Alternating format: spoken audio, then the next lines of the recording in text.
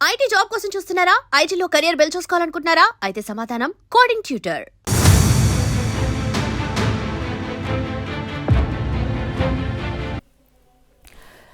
నమస్కారం, welcome to I dream media.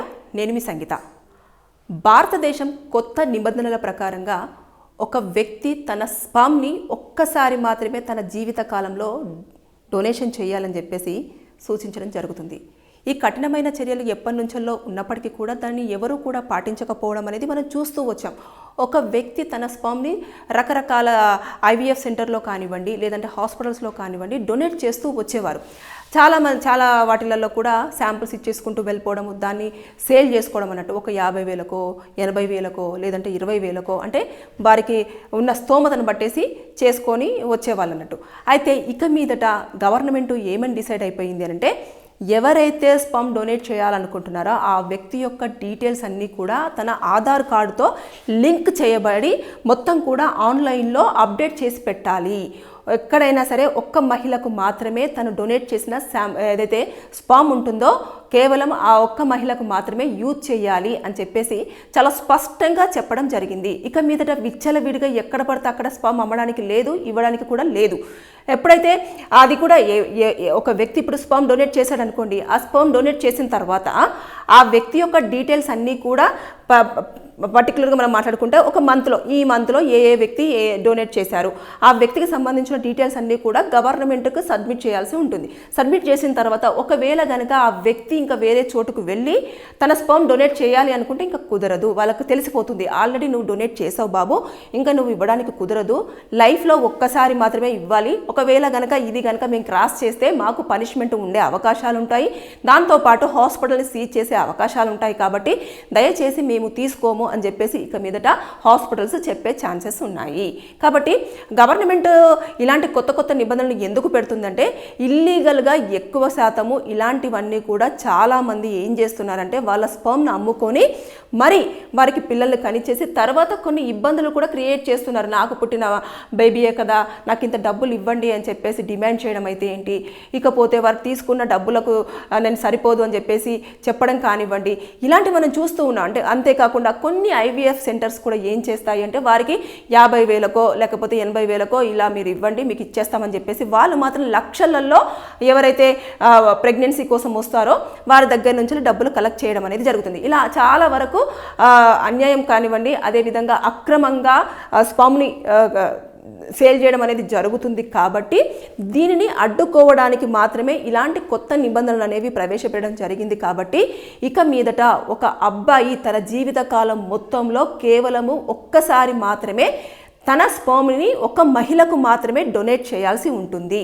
అంతే తప్పించి ఇంకా నేను ఇంకా సూపర్ హీరోని నేను ఇంకా వెళ్ళేసి ఇచ్చేస్తాను అని చెప్పేసి అంటే కుదరదు. ఎందుకంటే ఆధార్ కార్డు, అదేవిధంగా మీ డీటెయిల్స్, మీరు ఎప్పుడు ఎక్కడ ఏ హాస్పిటల్లో డొనేట్ చేశారు అనే దాన్ని ఏ ఇయర్ ఏ మంత్ ఏ టైంకి ఇచ్చారు, ఏ మహిళకి ఇచ్చారు అనేది కూడా పూర్తి స్థాయిలో అది కాన్ఫిడెన్షియల్గా గవర్నమెంట్ అండర్లో ఉంటుంది. కాబట్టి ప్రభుత్వం దృష్టిలో ఉండిపోతుంది. అంతేకాని మీ వివరాలు ఎప్పటికీ ఎవరికి తెలియకపోవచ్చు, కానీ గవర్నమెంట్కి ఇన్ఫర్మేషన్ ఉంటుంది. కాబట్టి ఆ ఇన్ఫర్మేషన్ ప్రకారము ఏ వ్యక్తి అయినా సరే మళ్ళీ ఇవ్వడానికి వచ్చినప్పుడు మాత్రం ఇంకా మిమ్మల్ని అరెస్ట్ చేయడం కానివ్వండి, ఎందుకంటే ఆల్రెడీ గవర్నమెంట్ కొన్ని నిబంధనలు పెట్టింది కదా, ఆ నిబంధనలు ఉల్లంఘిస్తే ఖచ్చితంగా వారు చర్యలు తీసుకోవడానికి అన్ని రకాల అవకాశం ఉంటుంది. కాబట్టి మిమ్మల్ని అరెస్ట్ చేయొచ్చు, లేదు అనుకుంటే ఎందుకు ఇలా చేస్తున్నావు, ఇదివరకు ఎన్ని చేసావు ఏంటిది అని చెప్పేసి మొత్తం పూర్తి స్థాయిలో ఇన్ఫర్మేషన్ తీసుకొని ఒక 3 నెలల పాటు జైల్లో కూడా పెట్టే అవకాశం ఉంటుంది. దాంతోపాటు తిరిగి మీ దగ్గర నుంచి ఫైన్ వసూలు చేసే అవకాశాలు కూడా ఉంటాయి. కాబట్టి ఇక అబ్బాయిలు జాగ్రత్త పడండి. మీరు గనక ఎవరికైనా అంటే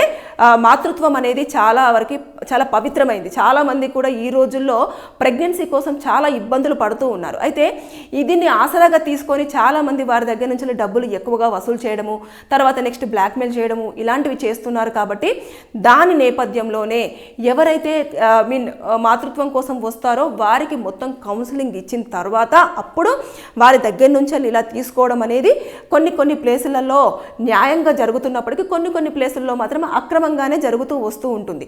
కాబట్టి కాబట్టి ఇలాంటివి ఎక్కువగా మనీ విషయంలోనే ఇవి ఎక్కువగా చోటు చేసుకుంటున్నాయి. కాబట్టి హాస్పిటల్స్ ఒక 10 లక్షల నుంచి 15 లక్షలు కూడా వసూలు చేస్తున్నారు. అరే పెళ్ళైపోయి 15 సంవత్సరాలు అవుతుంది, 10 సంవత్సరాలు అవుతుంది, ఇప్పటి వరకు పిల్లలు లేరు అని చెప్పేసి తల్లిదండ్రులు ఎవరైతే బాధపడుతూ ఉంటారో ఆ కపుల్ వాళ్ళకు మేము పిల్లల్ని మీకు ఇస్తాం, కానీ స్పామ్ అనేది డొనేట్ చేస్తాము, ఇక్కడ మీ స్పామ్ కౌంట్ చాలా తక్కువగా ఉంది, తర్వాత ఈవిడకి లేదంటే ఎగ్ రిలీజ్ అనేది చాలా తక్కువగా ఉంది అని చెప్పేసి ఏదో ఒక రీజన్స్ చెప్పేసి వారి దగ్గర నుంచి వెళ్ళి వేరే వాళ్ళ స్పామ్ తోటి ఇక్కడ ప్రెగ్నెన్సీ రావడానికి ట్రై చేస్తూ ఉంటారు.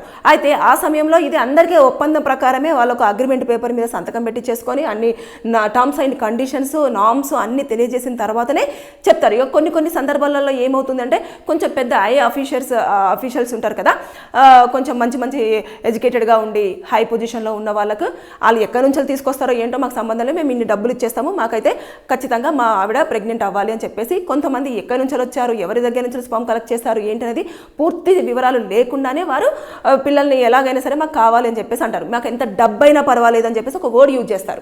కాబట్టి హాస్పిటల్ వాళ్ళు కూడా దానిపైన ఎక్కువగా ఇంట్రెస్ట్ చూపించేసి ఎవరినో ఒకరిని మాట్లాడేసి నీకు ఒక 2 లక్షలు ఇస్తాము, ఇలా లేదంటే ఒక 80,000 ఇస్తాము, లేదంటే 50,000 ఇస్తామని చెప్పేసి తీసుకొని వాళ్ళ దగ్గర మాత్రం 20 లక్షలు 15 లక్షలు అలా వసూలు చేసుకుంటారు.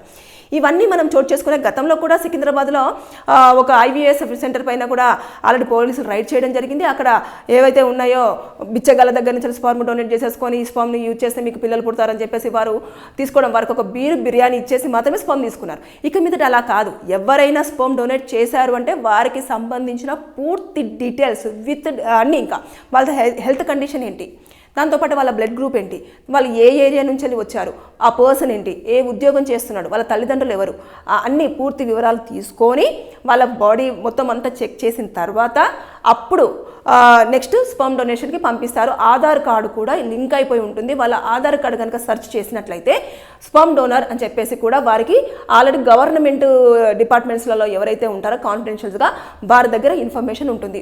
అంతేకాని ఇది అందరికీ తెలియదు. ఓన్లీ గవర్నమెంట్ సైట్లలో గవర్నమెంట్కి మాత్రమే తెలిసిన ఒక సైట్ని ఏర్పాటు చేసుకొని దాంట్లో పెడతారు. మీరు గనక ఇంకా ఈ ఏమవుతుందిలే గవర్నమెంట్ చూస్తుందా, ఇంతమంది అసలు ఎక్కడ ఉంటుంది, అసలు గవర్నమెంట్ చాలా ఎప్పుడు చూసినా పట్టించుకోదు కదా అని చెప్పేసి కనుక మీరు ఇక్కడ ఇచ్చిన తర్వాత ఇంకేదైనా వేరే ప్లేస్కి వెళ్ళేసి మీ శాంపుల్ని ఇవ్వాలన్న ప్రయత్నం చేశారు అంటే మీ ఆధార్ కార్డును తీసుకొని వాళ్ళు కొట్టగానే ఇమీడియట్గా ఆల్రెడీ డన్ అని చెప్పేసి వస్తుంది. కాబట్టి ఇంకా మీరు ఇంకొకసారి మీరు స్పర్మ్ డోనర్గా ఉండలేరు. అది కూడా మీ స్పర్మ్ తీసుకున్న తర్వాత చాలామందికి యూజ్ చేయడానికి కూడా లేదు, ఓన్లీ ఒక్క మహిళకు మాత్రమే, అంతే. ఇలాంటి కండిషన్స్ అన్నీ కూడా రీసెంట్గా కొత్త నిబంధనలతోటి తీసుకురావడం జరుగుతుంది. గతంలో ఉన్నప్పటికీ కూడా దీన్ని సరిగా పాటించలేదు. అందువల్ల చాలా వరకు అక్రమాలు జరిగాయి. తర్వాత నెక్స్ట్ డబ్బులను ఎక్కువగా డిమాండ్ చేయడము, తర్వాత నెక్స్ట్ బ్లాక్ మెయిలింగ్స్, తర్వాత కేసులు, తర్వాత ఇలాంటివన్నీ జరిగాయి. కాబట్టి ఆ నేపథ్యంలోనే గవర్నమెంట్ ఇలాంటి ఎక్కువగా కఠినమైన చర్యలు తీసుకోవడం అనేది జరుగుతుంది. కాబట్టి ఇక మీదట ఇందులో మాత్రం చాలా ట్రాన్స్పరెన్సీ ఉండి ఎవరైతే రియల్గా పేరెంట్స్ అవ్వాలి అని ఆశపడుతున్నారో వారికి న్యాయం జరిగే అవకాశాలు ఉన్నాయని చాలామంది అయితే హర్షం వ్యక్తం చేస్తున్నారు. చూద్దాం ఇది మునుముందు గవర్నమెంట్ ఏ విధంగా ముందుకు తీసుకెళ్తుంది, దీనిపైన ఎలాంటి అప్డేట్స్ అనేవి కూడా ఇంకా మీదట రాబోతున్నాయో వేచి చూడాల్సిందే. Thank you.